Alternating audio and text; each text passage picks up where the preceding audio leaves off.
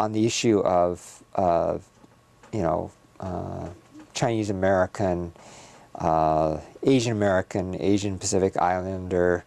There's been many incarnations as, I mean, things I think frequently start with students, because they're the ones that are put in a learning environment. They start thinking about stuff and they become aware and active when they, and then plus you're young and you're very passionate. So student movements have a very important role, I think, in our society, because they renew us and they bring us to new levels of consciousness and awareness. Back when I was in high school, in the late 60s, and of course I represent a different generation from some other folks you may be interviewing too, who are slightly predate me, but there was a whole movement to create these what were called Oriental Student Associations. A lot of students kind of realizing, well, you know, we're not white, you know, but we're not black, and we're not, so what are we? And so they took on, they created these student unions, Oriental student unions. I think Al Sugiyama was part of some of those, Frank Irigan and others. The term Oriental, because of its connotations, had this, you know, sense of quaintness, and it also was not inclusive of, for example, Filipino Americans, because they're not really Oriental.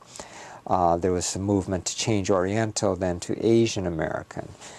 More recently then, the question has come up, well, what about Pacific Islanders, who represent a substantial part of our community? So then there's the issue of Asian, Pacific American, Asian and Pacific Islander, Asian Pacific Islander. There's lots of, you know, that's still a fluid kind of thing.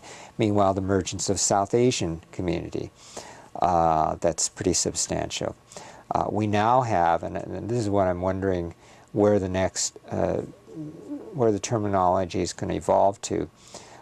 We have a large adoptee population, Asian, you know, in ethnicity, but then raised by European American families. We also have people of mixed ancestry. So the term, you know, constantly evolves. Now, there's always been a tension between being part of a very specific ethnic kind of, I mean, I'm Chinese American, but I'm also Asian American. Even within the Chinese American designation, I mean, I'm Chinese American with origins in Toisan district in China, which is different from some folks from other areas. I speak a different dialect. So the movement has always been complex and fraught with challenges. So to prevent people from you know, splitting off, it's been a very, very difficult challenge. Seattle has been more successful than I think many other cities, because it's relatively smaller in size, and so people do come together for political unity to try to achieve things.